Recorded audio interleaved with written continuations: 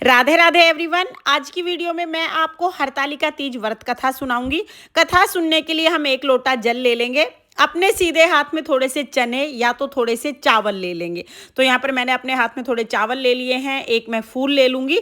चावल और फूल हाथ में लेके अब हम हरतालिका तीज व्रत की कथा शुरू करेंगे। तो चलिए कथा सुनते हैं। शंकर जी ने पार्वती को कहा कि एक बार तुमने हिमालय पर्वत पर जाकर गंगा किनारे मुझको पति रूप में पाने के लिए कठिन तपस्या प्रारंभ की थी।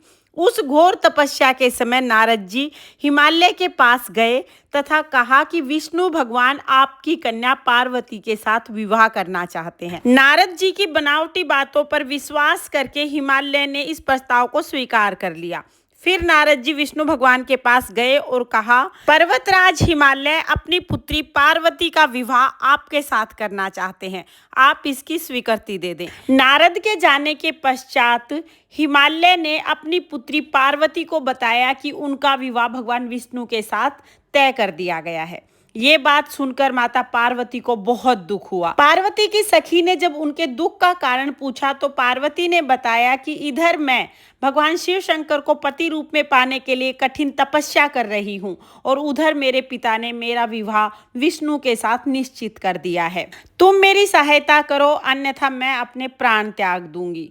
सखी ने धीरज देते हुए कहा, मैं तुम्हें ऐसे वन में लेके चलूंगी कि तुम्हारे पिता को पता ही नहीं चलेगा। इस प्रकार पार्वती माता सखी की सम्मति से घने वन में चली गई। इधर पार्वती माता के पिता हिमालय ने घर में इधर उधर खोजने पर भी जब पार्वती माता को नहीं पाया तो बहुत चिंतित हो गई, क्योंकि पार्वती माता का विवाह विष्णु भगवान के साथ निश्चय हो चुका था। वचन भंग होने की चिंता से वो मूर्छित हो गई। तभी सभी पर्वत वहां आए। सभी ने पार्वती माता की खोज करना शुरू कर दिया। उधर सखी के साथ पार्वती माता नदी के किनारे एक गुफा में भगवान शिव शंकर के नाम से तपस्या करने लगी। भाद्रपद माह के शुक्ल पक्ष की तृतीया तिथि को पार्वती माता ने उपवास किया, मिट्टी से शिवलिंग बनाकर स्थापित किया और उनका पूजन किया। साथ में रात्रि जागरण भी किया। पार्वती माता के इस कठिन व्रत और तपस्या से भगवान शिव शंकर प्रसन्न हुए और उन्हें पूजन स्थल पर आना पड़ा। भगवान शिव शंकर ने कहा कि मैं तुम्हारी पूजा और व्रत से प्रसन्न हूँ, तुम जो वर मांगना चाहो मांग सकती हो। पार्वती माता ने कहा, यदि आप मुझ पे प्रसन्न हैं तो मुझे अपने अर्धांगिनी रूप में स्वीकार करें। अपने वचन के अनुसार भगवान शिव शंकर ने माता पार्वती को अर्धांगिनी रूप में स्वीकार किया। तत्पश्चात भगवान शिव शंकर कैलाश पर्वत चले गए तथा प्रातः की बेला में माता पार्वती ने पूजन सामग्री को नदी में विसर्जित किया। जब वो पूजन सामग्री को विसर्जित कर रही थी उस समय उनके पिता हिमालय राज उस स्थान पर आ गए। वे अपनी बेटी को देखकर बहुत खुश हुए और पूछने लगे, बेटी तुम यहाँ क्या कर रही हो? मैंने तुम्हें सब जगह खोज लिया। तब माता पार्वती ने अपने और भगवान शिव शंकर के विवाह के विषय में अपने पिताजी को बताया। वे माता पार्वती को घर ले जाने के लिए आए थे। जब उन्होंने घर चलने के लिए कहा तो माता पार्वती ने कहा, अगर आप विधिवत हमारा विवाह कराएंगे तभी मैं आपके साथ चलूंगी। हिमालय राज मान गए और वो पार्वती को अपने साथ महल में ले आए। तब शास्त्र विधि के अनुसार भगवान शिव शंकर और माता पार्वती का विवाह हुआ। हरतालिका व्रत का नामकरण सखी द्वारा हरि जाने के कारण हरतालिका पड़ा। भगवान शिव शंकर ने माता पार्वती को बताया कि जो भी स्त्री इस व्रत को परम श्रद्धा और विधि पूर्वक करेगी उसे तुम्हारे समान अचल सुहाग की प्राप्ति होगी। तभी से सब सुहागिन महिलाएं अपने पति की लंबी उम्र, अच्छे स्वास्थ्य और उज्जवल भविष्य के लिए हरतालिका तीज व्रत का पूजन करती हैं और माता पार्वती से अटल सुहाग प्राप्त करती हैं। हे भगवान शिव शंकर, हे माता पार्वती, जैसे माता पार्वती को अटल सुहाग प्राप्त हुआ वैसे ही इस कहानी को कहते सुनते हुकारा भरते सबके सुहाग को सलामत रखना और सबको अटल सुहाग प्रदान करना। ये थी हरतालिका तीज व्रत की कथा। इसके बाद हम एक गणेश जी की कथा जरूर कहेंगे। तो चलिए अब मैं आपको गणेश जी की कथा सुना देती हूँ।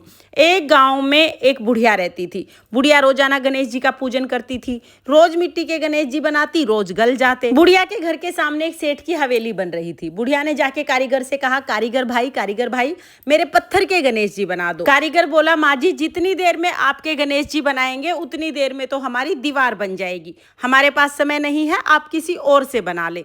बुढ़िया को बहुत बुरा लगा। बुढ़िया ने मन मन में सोचा, भगवान करे तुम्हारी दीवार टेढ़ी हो जाए। ये कह के बुढ़िया अपने घर आ गई। अब कारीगर जब भी दीवार बनाए दीवार टेढ़ी हो जाए, दीवार को गिरा के दोबारा बनाए दोबारा फिर टेढ़ी हो जाए। ऐसे ही दीवार को बनाने और गिराने में सारा समय निकल गया। शाम हुई, शाम को सेठ जी आए। सेठ जी ने आके कहा आज कोई काम नहीं हुआ है? तो कारीगर बोला महाराज काम तो बहुत कर रहे हैं, लेकिन जब भी दीवार बनाते हैं दीवार टेढ़ी हो जाती है, उसे गिराना पड़ता है। फिर कारीगर ने बुढ़िया के आने की सारी बात सेठ जी को बताई। सेठ जी ने कहा मुझे बूढ़ी माई के पास लेके चलो। कारीगर सेठ जी को बूढ़ी माई के पास ले गए। सेठ जी ने हाथ जोड़ के कहा हे बूढ़ी माई, हम आपके पत्थर के नहीं सोने के गणेश जी बनवा देंगे, आप हमारी दीवार सीधी करा दो। गणेश जी तो सारी बात सुन ही रहे थे। जैसे ही सेठ जी ने यह बात कही तुरंत दीवार सीधी हो गई। सेठ जी ने भी बुढ़िया के लिए पत्थर के नहीं सोने के गणेश जी बनवा के दिए। हे गणेश जी महाराज, जैसे आपने सेठ जी की दीवार सीधी की, वैसे ही इस कहानी को कहते सुनते हुकारा भरते सबके सब काम सीधे करना और सबके घर को अन्न धन से भर देना। और जैसे आपने बुढ़िया की इच्छा पूरी की, वैसे ही सबकी सब इच्छाएं पूरी करना। ये थी गणेश जी की कथा। इस तरह से हरतालिका तीज व्रत की कथा पूर्ण होती है। कथा सुनने के बाद हमने जो फूल और चावल के दाने हाथ में लिए हैं वो हम भगवान शिव शंकर, माता पार्वती और गणेश जी को समर्पित करेंगे। कुछ चावल के दाने जल के लोटे में डाल देंगे। इस तरह से कथा पूर्ण हो जाएगी। तो फ्रेंड्स, आपको हरतालिका तीज व्रत की ये कथा कैसी लगी कमेंट करके ज़रूर बताना। और अगर ये वीडियो आपको पसंद आई हो, वीडियो आपके लिए थोड़ी बहुत भी यूजफुल हो, तो प्लीज़ वीडियो को लाइक कर देना। और हम महिलाएं घर में तीज त्यौहार कैसे करते हैं ये देखने के लिए मेरे चैनल को सब्सक्राइब कर लेना। भगवान शिव शंकर और माता पार्वती की कृपा आप पर सर्वदा बनी रहे। इसी कामना के साथ फिर मिलेंगे किसी और वीडियो में। तब तक के लिए ओम नमः शिवाय। राधे राधे।